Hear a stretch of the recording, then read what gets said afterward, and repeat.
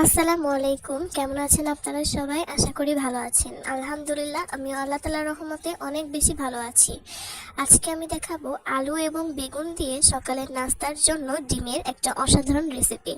তো চলুন আজকের রেসিপিটি শুরু করে দেওয়া যাক। আর হ্যাঁ, আশা করব আজকের রেসিপিটি আপনাদের ভালো লাগবে।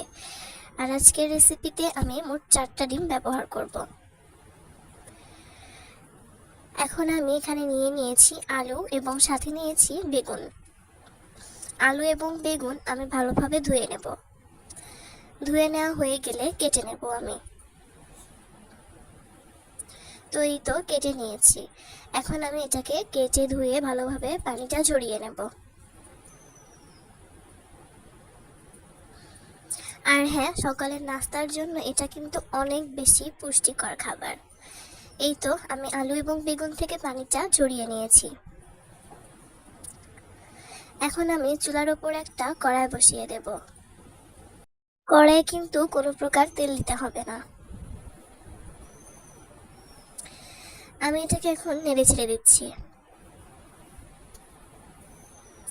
এখন আমি দিয়ে দেব স্বাদ মতো লবণ, হলুদের গুঁড়া। এখন আমি এটাকে আবার নেড়ে ছেড়ে মিশিয়ে নিচ্ছি। এখানে কিন্তু কোনো প্রকার পানি ব্যবহার করতে হবে না। আলু এবং বেগুনের গায়ে যেটুকু পানি থাকবে সেটুকু পানি দিয়ে কিন্তু পানিটাকে আমি শুকিয়ে নেব। এ পর্যায়ে কিছুক্ষণ নেড়ে চেড়ে আমি মিশিয়ে নিচ্ছি। এখন আমি দিয়ে দেব পেঁয়াজ কুচি এবং মরিচ কুচি। এখন আমি এটাকে নেড়ে চেড়ে আবার মিশিয়ে নেব। আর সকালের জন্য এই রেসিপিটা কিন্তু অনেক বেশি মজাদার এবং সুস্বাদু হবে। ছোট থেকে বড় সবাই খেতে অনেক বেশি পছন্দ করবে। তো এটাকে আমি এভাবে নেড়েচেড়ে ভালোভাবে মিশিয়ে নিচ্ছি। তো এই তো মেশানো হয়ে গেছে। এখন আমি এটাকে নামিয়ে ঠান্ডা করে নেব। আর এদিকে আমি 4টা ডিম নিয়েছি। তাতে দিয়ে দিচ্ছি স্বাদ মতো লবণ। লবণটা দিয়ে আমি এদিকে একটা চামচ দিয়ে ডিমটাকে ফেটিয়ে নেব।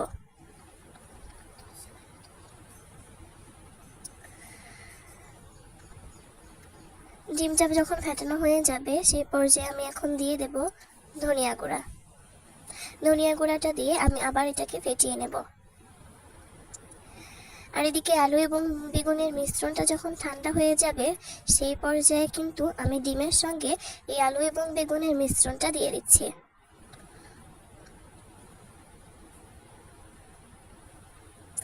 এখন আমি একটা চামচের সাহায্যে এটাকে মিশিয়ে নিচ্ছি আলতো হাতে। বেশি প্রেসার দিয়ে কিন্তু এটাকে মেশাবেন না, এতে করে কিন্তু খেতে ভালো লাগবে না। তো আমি এভাবে নেড়ে চেড়ে মিশিয়ে নিয়েছি। এই পর্যায়ে আমি একটা কড়াইয়ে দিয়ে দেব তেল। তেলটা গরম হয়ে এলে দিয়ে দিচ্ছি সেই মিশ্রণ। এখন আমি এটাকে ভেজে নেব।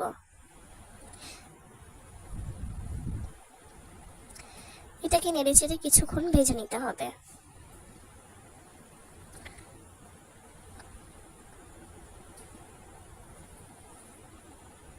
সকালের নাস্তায় যদি আপনারা এইভাবে এই রেসিপিটা তৈরি করেন খেতে কিন্তু দারুণ মজার হবে। আর যে কেউ এই রেসিপিটা খুব সহজেই তৈরি করে ফেলতে পারবে।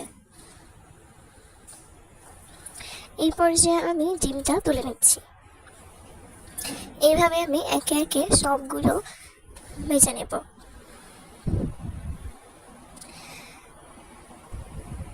আর হ্যাঁ, যারা আমার চ্যানেল নতুন, আজকের রেসিপিটি যদি ভালো লেগে থাকে অবশ্যই আমার চ্যানেলটিকে সাবস্ক্রাইব করবেন, লাইক কমেন্ট শেয়ার করে দিবেন।